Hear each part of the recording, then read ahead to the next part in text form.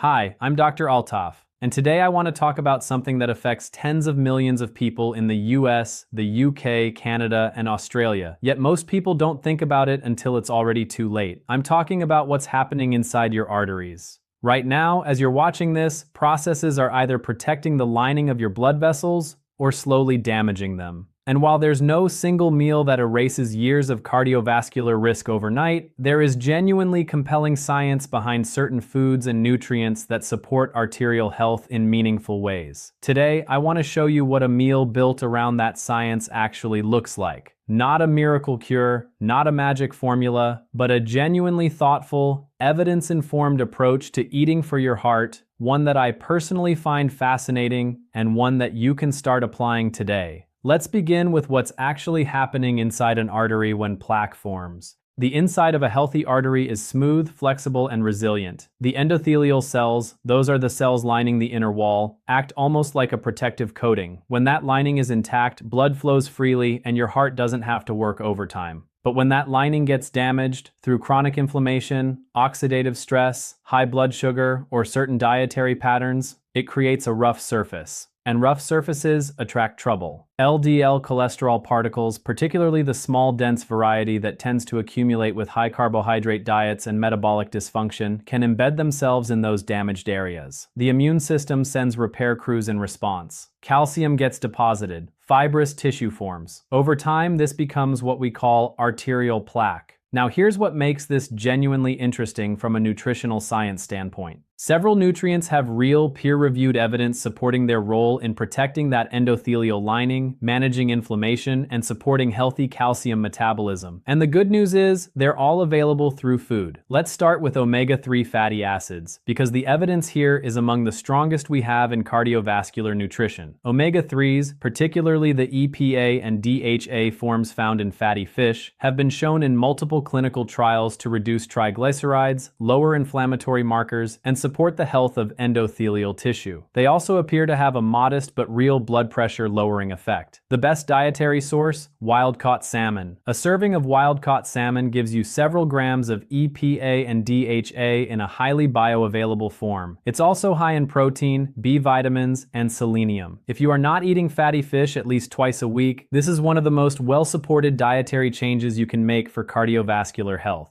Now, one thing worth mentioning, the omega-3 story also has an important flip side. Most Western diets are very high in omega-6 fatty acids, which come primarily from vegetable oils like soybean, corn, and sunflower oil. These aren't inherently dangerous, but the balance matters. A chronically high omega-6 to omega-3 ratio has been associated with higher levels of systemic inflammation. So it's not just about adding omega-3s, it's also about reducing the dietary omega-6 load where you can. Choosing extra virgin olive oil over processed vegetable oils is one of the simplest and most evidence-backed ways to do that. Olive oil contains predominantly oleic acid, a monounsaturated fat, along with polyphenols that have genuine anti-inflammatory properties demonstrated in human trials. Now let's talk about something a little less well-known but genuinely exciting from a cardiovascular research perspective, and that's fermented foods. Sauerkraut, which is simply fermented cabbage, has been studied not just as a source of probiotics, but as a food with several compounds that may support heart health through multiple pathways. Here's what the research actually says, and I want to be careful here to tell you what's established versus what's still emerging. Sauerkraut is a source of vitamin K2, specifically in the form of MK7, produced during the fermentation process by bacteria. Vitamin K2 is genuinely fascinating because it activates proteins, most notably osteocalcin and matrix Glay protein, that help direct calcium into bones and teeth rather than letting it accumulate in soft tissue like arterial walls. Several observational studies, including data from the Rotterdam study, have found associations between higher dietary K2 intake and lower rates of coronary artery calcification. That said, this is still an active area of research, and we don't yet have large randomized controlled trials confirming a direct causal reduction in cardiovascular events from K2 supplementation alone. But the mechanistic evidence is strong, and the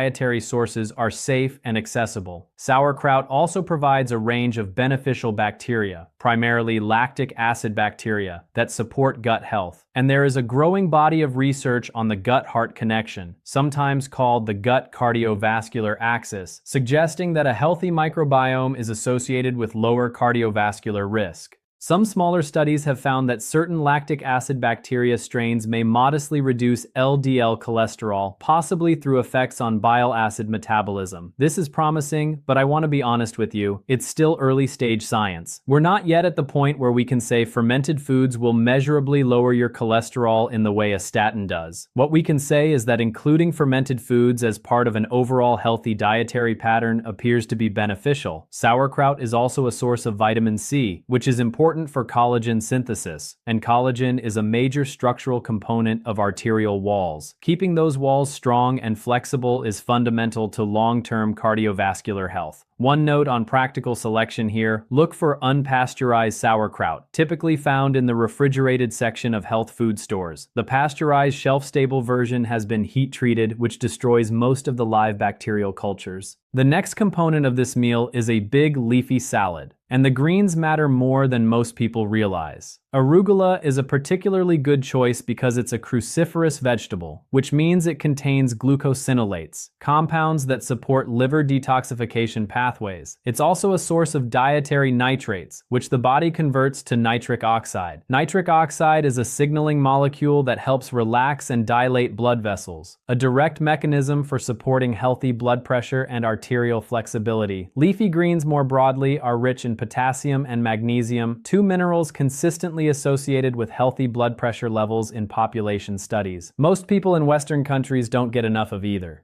On top of that salad, I would add extra virgin olive oil. And I mean the real thing, cold-pressed with a peppery finish, not the refined blended products that often get sold under similar packaging. The polyphenols in genuine extra virgin olive oil, particularly oleocanthal, have been shown in research to have anti-inflammatory properties comparable to low-dose ibuprofen in their mechanism, though obviously not in clinical application. A splash of balsamic or apple cider vinegar adds more than flavor. The acetic acid in vinegar has been shown in several trials to help blunt post-meal blood glucose spikes, and given that elevated blood sugar is one of the primary drivers of endothelial damage, that's actually meaningful. A small handful of sunflower seeds brings in vitamin E, a fat-soluble antioxidant that protects cell membranes from oxidative damage. Vitamin E has a specific role in preventing the oxidation of LDL cholesterol, because it's oxidized LDL, not just LDL itself, that appears to be most damaging to arterial walls. Shaved Parmigiano Reggiano adds protein, calcium, and, importantly, more vitamin K2. Aged hard cheeses, particularly those made from the milk of grass-fed animals, tend to be among the better dietary sources of K2 in the MK4 and MK9 forms. And finally, garlic. The evidence on garlic and cardiovascular health is actually quite consistent across multiple meta-analyses. Garlic compounds, particularly allicin, have been shown to modestly lower blood pressure, reduce LDL cholesterol, inhibit platelet aggregation, and have broad antimicrobial properties. It's one of the few whole foods with a genuine body of human clinical trial data supporting cardiovascular benefits. So, let me pull this all together for you, because I want you to leave this video with a clear, practical picture. The meal looks like this: a piece of wild-caught salmon as your protein source, served alongside a generous portion of unpasteurized sauerkraut and a large arugula salad dressed with extra virgin olive oil and vinegar, topped with sunflower seeds, shaved aged hard cheese, and garlic. Every component of this meal has at least one evidence-based mechanism supporting cardiovascular health. None of them are miracle cures, all of them are safe, accessible, and genuinely nutritious. Now here's the honest clinical reality, and I want to say this clearly: diet is foundational to heart health. But if you already have established cardiovascular disease, elevated cholesterol, high blood pressure, or diabetes, dietary changes alone are almost never sufficient. They work best as part of a comprehensive approach that includes medical monitoring and, where appropriate, medication.